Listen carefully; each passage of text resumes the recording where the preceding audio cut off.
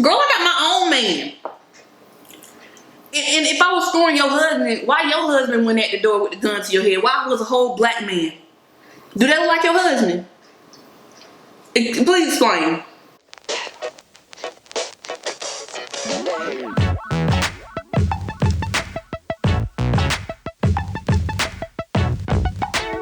Hey you guys, welcome back to my channel. In today's video I am going to be doing a seafood mukbang, however you say it. I really don't know, but yeah, so I might be eating seafood. I do got my baby girl right here next to me, so I might have to stop a couple times if she start whining or anything, but I am going to wear gloves. That way I'll be able to utilize my hands in case she do act a fool, and I don't really care to get my hands super dirty with seafood anyways. I don't have a little fancy little setup that like actual mukbangers actually have, but it's cool though because this food is still gonna go in my body and digest the same exact way. So I am using the Bloves sauce. I did freeze it and then I reuse it because you can do that if you make a lot of it the first time you make it. So that's what I did. I do have a full tutorial video that is up right before this one on how to make this seafood boil. So before you watch this video, go check out how to make it if you're curious on how to make it. But if you just want to sit here and watch me eat and smack and whatever, have no table manners while I talk, then just keep on watching. I'm going to be telling like a juicy story time most likely, or just rambling off at the mouth. So let's just get ready to eat, y'all. To drink I have strawberry brisk. I usually drink some water, but not this time. And I just got a plate for my other stuff and then some scissors. So for the seafood boil I have crabs, boiled eggs, potatoes of course, and some little shrimp, literally little shrimp. So let me just do a little quick thumbnail. So how y'all doing? How y'all doing?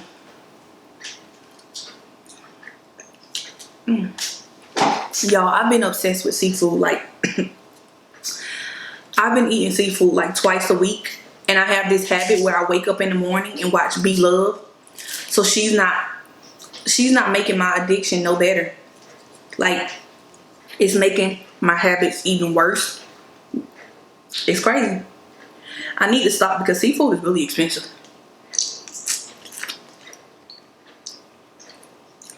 I said that already, but it really is expensive. But it's cheaper to buy it yourself and make it than to spend $50 at a restaurant to get it. Because you end up spending $50 for one person when you can spend $50 to make some enough for your whole family. So y'all, my story time. I know y'all like my story times. And I'm sorry that this story time gotta be while I'm eating. If you guys ain't feeling it, I'm sorry. But you gotta pick. Do you want this juicy story time or nah? Okay, so this story time is about the time that somebody tried to get into our house. This house that we live in now. Somebody tried to practically like break into our house, and my husband had the person at gunpoint. I didn't have JD yet. This happened like over a year ago. So I was waiting to tell this story time because it was traumatizing. So I was like, this was a traumatizing situation that I ain't even ready to talk about.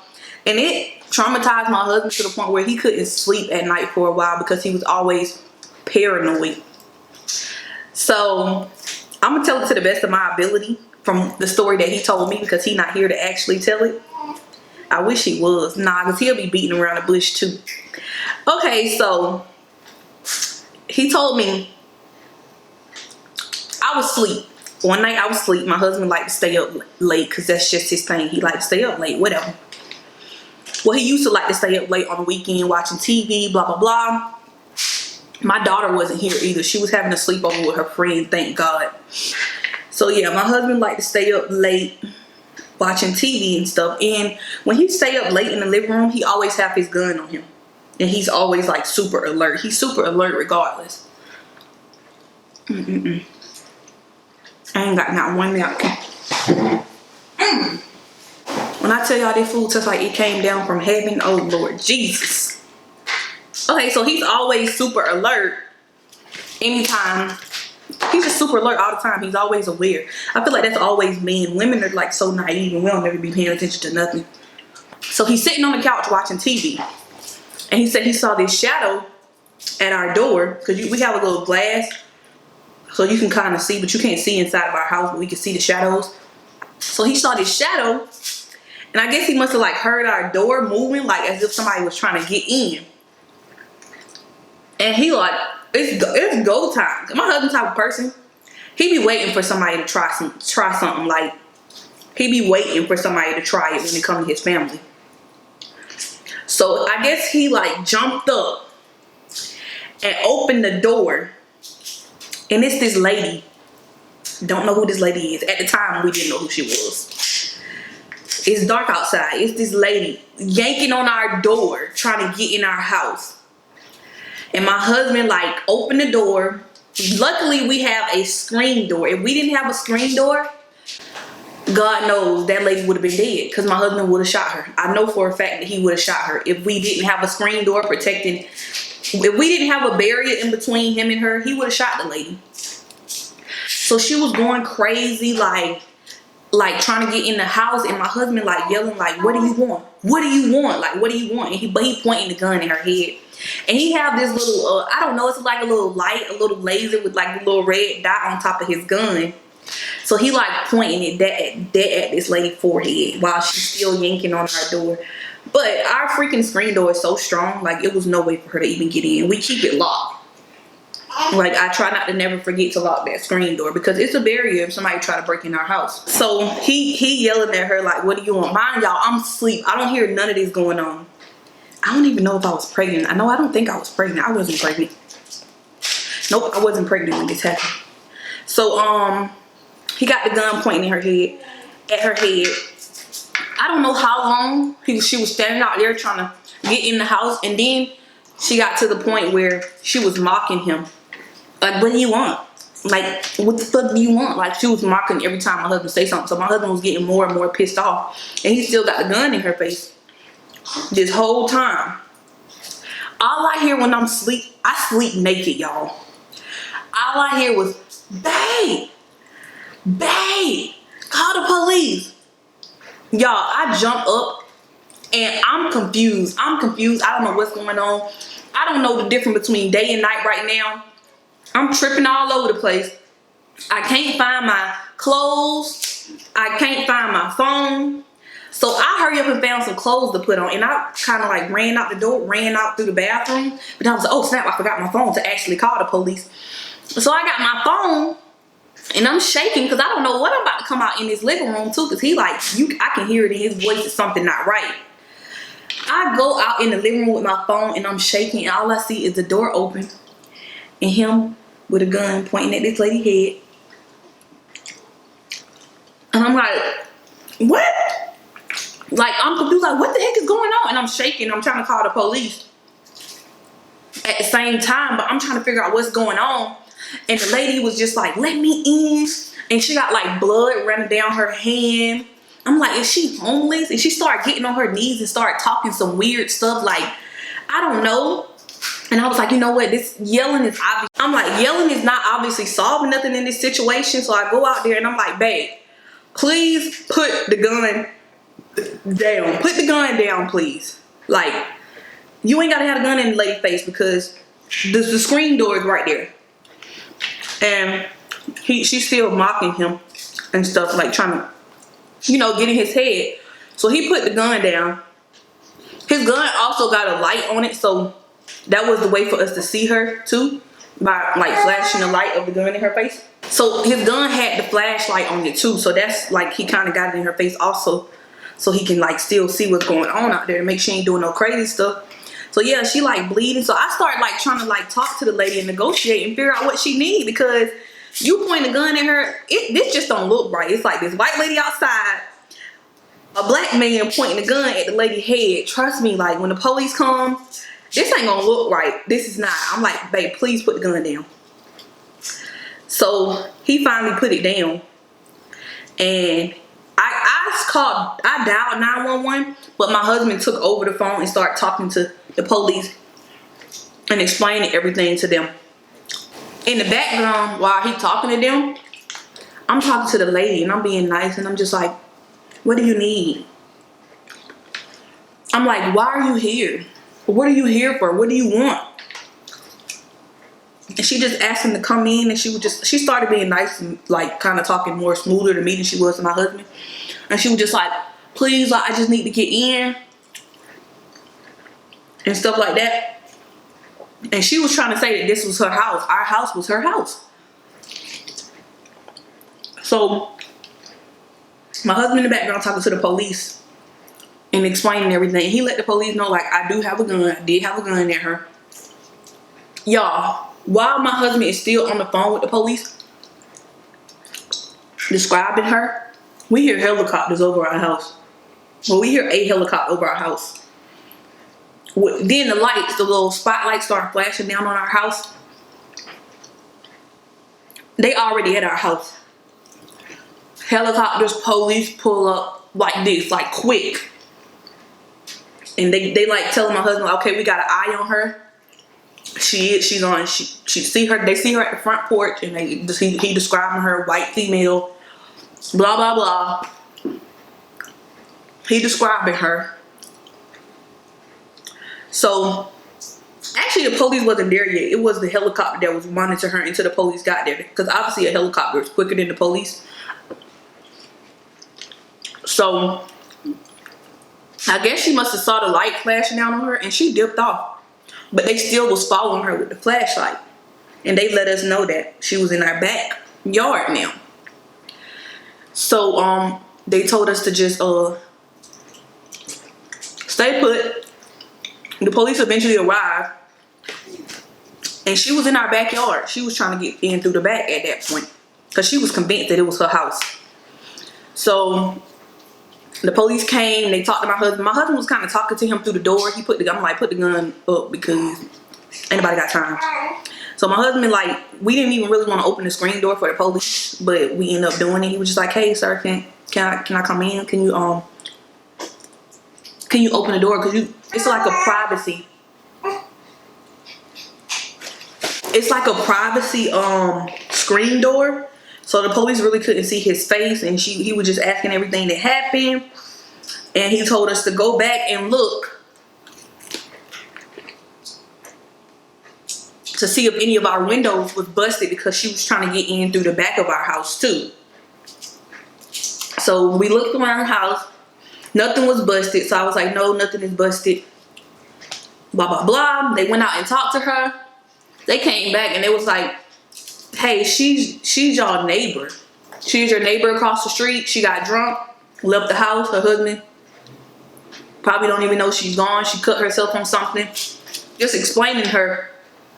And then they told us that this is her. She have a habit of doing stuff. This is her routine. She have a habit of getting drunk and just doing crazy stuff in the neighborhood. Or her and her husband, like, domestic stuff and arguing. That's her habit. So the police already knew this lady, but we didn't even notice her because we don't really talk to our neighbors and we don't really pay attention to how people look and all that stuff. So we was like, what the heck? And I was like, so why was she at our house? And they said she think it was her house, because her house looked similar to ours. She left the house and didn't know how to get back to her house. Meanwhile, we thought she was somebody homeless, because it be homeless people walking around our neighborhood all the time.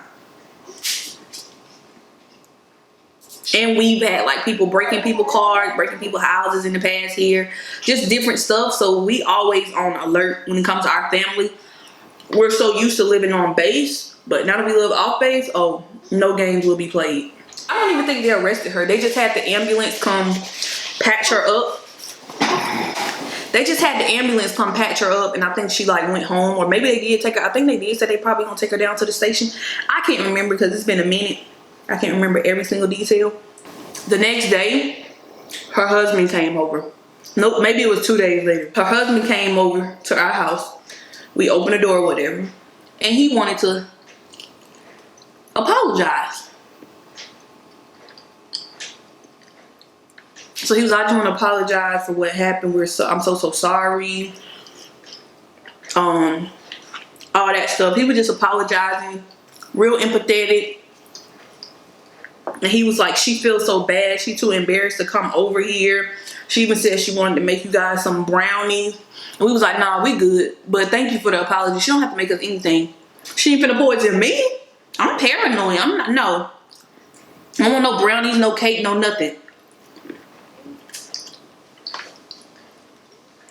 So he apologized. That was on that. And then, mind you, I'm like, no, she need to have the guts to apologize. But you know what? It is what it is. She would still have the audacity to sit outside in her front yard and talk on the phone and stuff. And she would see us because we lived across the street from each other.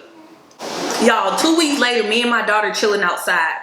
And it's low-key getting dark. And she had been outside for a minute and she was kind of looking at me.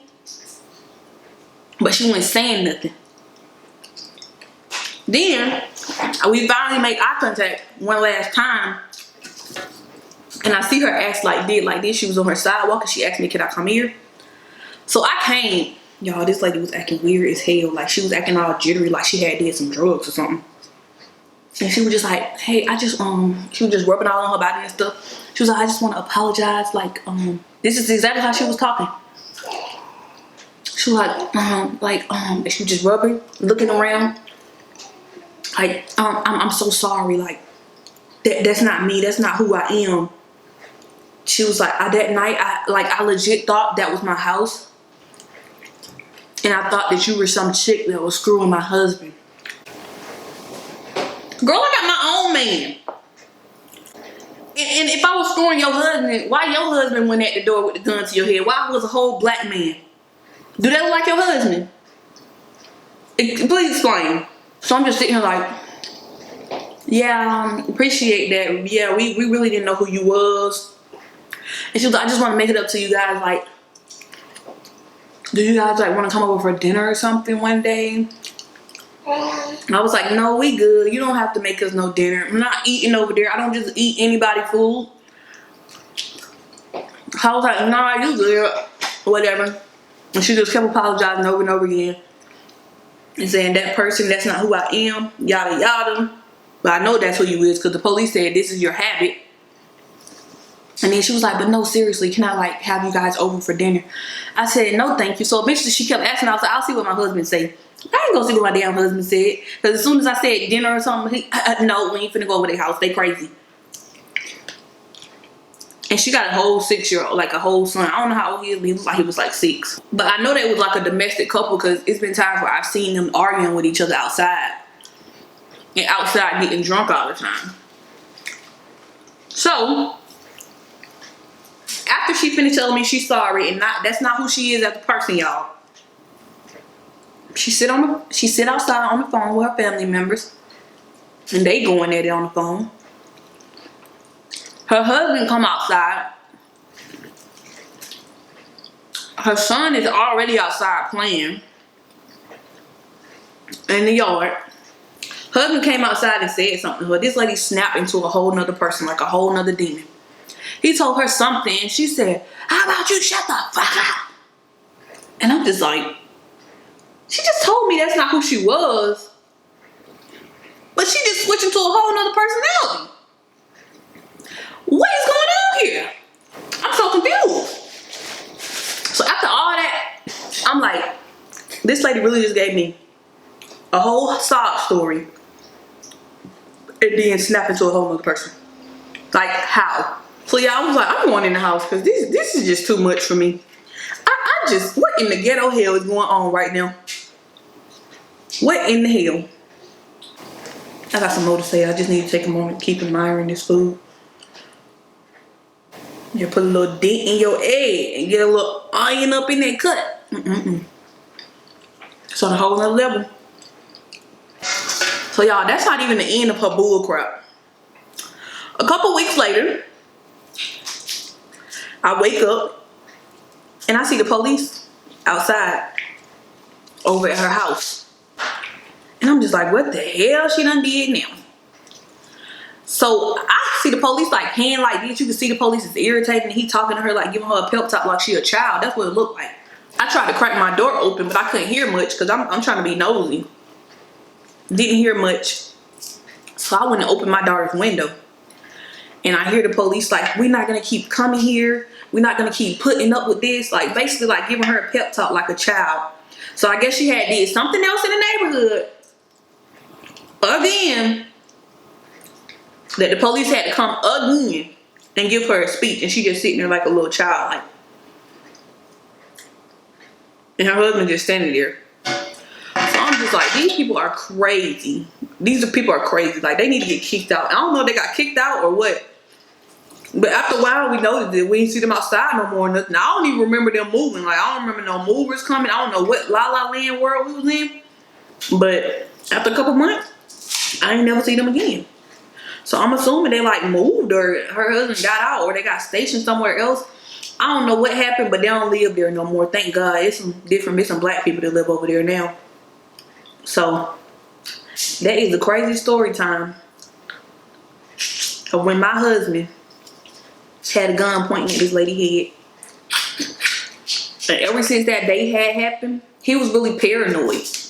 Like to go to sleep. And not even just paranoid at the fact that somebody tried to get in our house. Just the fact that it could have been worse. Like he could have possibly had to kill somebody. Like who want to live with that for the rest of their life? Even though people be like, yeah, I protect myself. Yeah, I F somebody up and all that. Honestly, if you was to happen to kill somebody because they want to be stupid, you're going to carry around that guilt for the rest of your life knowing that you killed somebody. Because you still going to feel bad about it. Like you had to kill a person. That's going to be a traumatizing life event. But you know, it's too much going on in the world to not be protecting yourselves.